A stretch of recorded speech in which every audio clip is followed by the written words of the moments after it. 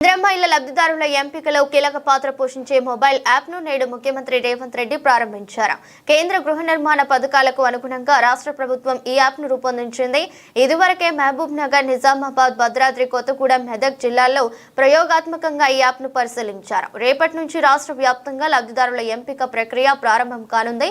ప్రజాపాలన దరఖాస్తుల ఆధారంగా ఇంటింటికి వెళ్లి వివరాలను సేకరించి యాప్లో నమోదు చేస్తారు. దరఖాస్తుదారుని పేరు, ఆధార్ కార్డు, రేషన్ కార్డు, ఆర్థిక పరిస్థితి, ఇల్లు నిర్మించనున్న స్థలం, ఇతర వివరాలకు సంబంధించిన సుమారు 35 ప్రశ్నలు ఉంటాయి. ఆ వివరాల ఆధారంగా అర్హులను విడతల వారీగా గ్రామ సభల ద్వారా ఇందిరమ్మ కమిటీలు ఎంపిక చేయనున్నాయి. లబ్ధిదారుల ఎంపికలో దివ్యాంగులు, ఒంటరి మహిళలు, అనాథలు, వితంతువులు, ట్రాన్స్జెండర్లు, సఫాయి కర్మచర్యలు ప్రధానమివ్వడం ప్రభుత్వం వెల్లడించింది.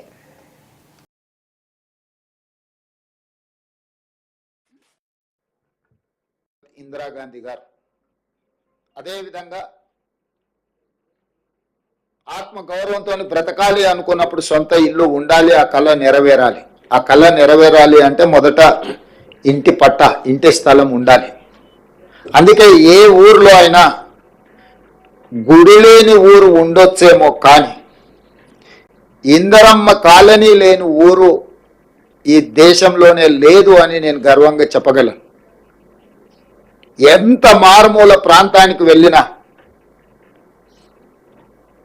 చిట్టడువుల్లో నివసించే ఆదివాసీలకు కూడా ఇందిరమ్మ కాలనీలను, ఇందిరమ్మ ఇళ్ల పట్టాలు ఇచ్చి వాళ్ళ ఆత్మ గౌరవాన్ని నిలబెట్టి వాళ్ళు సొంత ఇంటి కళను నెరవేర్చే విధంగా ఇండ్లు కట్టుకోవడానికి అన్ని రకాలుగా, నాకు తెలిసి 10,000 రూపాయలతో మొదలుపెట్టి మొదట్లో 4 తాటాకులు, 10 వెదర్ బొంగులు, 4,000 రూపాయల నగదుతో మొదలైన ఇందిరమ్మ ఇల్లు కాలక్రమేణా రాజశేఖర రెడ్డి గారు వచ్చే వరకు 1,25,000కు పెరుగుకుంటూ వచ్చింది. ఈరోజు ప్రజాప్రభుత్వం కాంగ్రెస్ పార్టీ అధికారంలోకి వచ్చిన తర్వాత 5 లక్షల రూపాయలకు పెంచడం జరిగింది. ఎందుకంటే ఈరోజు పెరిగిన ధరలు పేదవాడి అవసరాలను దృష్టిలో పెట్టుకొని ప్రతి పేదవాడికి 5 లక్షల రూపాయలు ఉచితంగా ఇచ్చి వాళ్ళకి ఇండ్లు కట్టుకోవడానికి ప్రభుత్వం అండగా నిలబడాలన్న ఆలోచనతో ఈ పథకాన్ని తీసుకొచ్చినాం. ఇదే కాదు, గతంలో ఇందిరమ్మ ఇండ్లు కొన్ని లోన్ల ద్వారా పేదలకు ఇచ్చిన ఇండ్లు ఉన్నాయి. ఆ ఇళ్లకు కూడా వాళ్ళ లోన్లు ప్రభుత్వమే తీర్చి ఈరోజు 7,000 కుటుంబాలకు ఆ లోన్ల నుంచి కూడా విముక్తి కలిగే నిర్ణయం తీసుకున్నాం. వాళ్ళ సొంత ఇంటి కళ ఈరోజు వాళ్ళకు రుణ విముక్తి చేయడం ద్వారా ప్రభుత్వం ముందుకు సాగుతున్నది.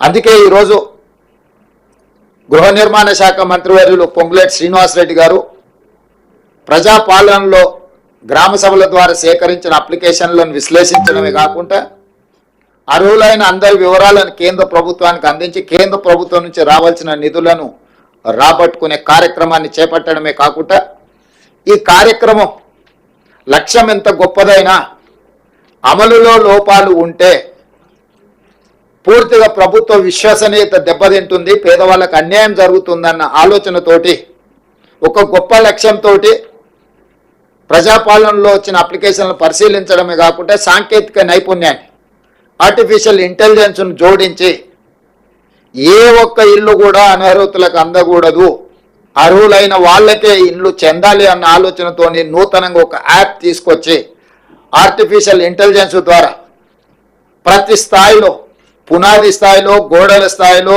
స్లాబ్ స్థాయిలో, ఇల్లు పూర్తి చేసుకునే స్థాయిలో ప్రతి స్థాయిలో సాంకేతిక నైపుణ్యంతో ఈ ఇళ్ల నిర్మాణ కార్యక్రమాన్ని చేపట్టడమే కాకుండా గతంలో చంద్రశేఖరరావు గారు గత ప్రభుత్వం రద్దు చేసిన హౌసింగ్ శాఖను పునరుద్ధరించడమే కాకుండా పూర్తి స్థాయిలో సిబ్బందిని నియమించి క్షేత్రస్థాయిలో పరిశీలన చేసుకుంటూ పర్యవేక్షణలో ఈ కార్యక్రమాన్ని ముందుకు తీసుకెళ్లాలని చెప్పి ఈరోజు ప్రభుత్వం నిర్ణయం తీసుకొని యాప్ని ఈరోజు రిలీజ్ చేయడమే కాకుండా విధి విధానాలను కూడా సరళీకృతం చేసి, ఎందుకంటే ఎక్కడైనా ఎవరైనా ఆర్థిక ఏదైనా అప్పు సప్పు చేసి కుటుంబంలో 2 3 ఉంటే ఇంకా కొంచెం మంచిగా కట్టుకోవాలనుకున్నప్పుడు వాళ్ళకు వెసులుబాటు, ఇంటి స్థలం ఒకవేళ ఉంటే ప్రభుత్వం ఇచ్చే సంక్షేమ పథకంతో పాటు వాళ్ళు అదనంగా ఒక గది నిర్మించుకున్నా కూడా ఎలాంటి అభ్యంతరాలు పెట్టొద్దు, తద్వారా వాళ్ళు ఇంకా ఉన్నతంగా బ్రతకడానికి అవకాశం ఉంటుందని చెప్పి పేదలకు వెసులుబాటు కల్పించాలన్న ఆలోచన సూచన మా మంత్రి గారు చేయడంతో ఇందిరాగాంధీ గారు అదేవిధంగా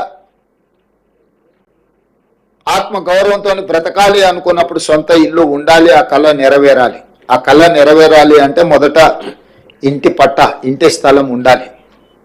అందుకే ఏ ఊర్లో అయినా గుడి లేని ఊరు ఉండొచ్చేమో కానీ ఇందరమ్మ కాలనీ లేని ఊరు ఈ దేశంలోనే లేదు అని నేను గర్వంగా చెప్పగలను. ఎంత మారుమూల ప్రాంతానికి వెళ్ళినా చిట్టడువుల్లో నివసించే ఆదివాసీలకు కూడా ఇందిరమ్మ కాలనీలను, ఇందిరమ్మ ఇళ్ల పట్టాలు ఇచ్చి వాళ్ళ ఆత్మ గౌరవాన్ని నిలబెట్టి వాళ్ళు సొంత ఇంటి కళను నెరవేర్చే విధంగా ఇండ్లు కట్టుకోవడానికి అన్ని రకాలుగా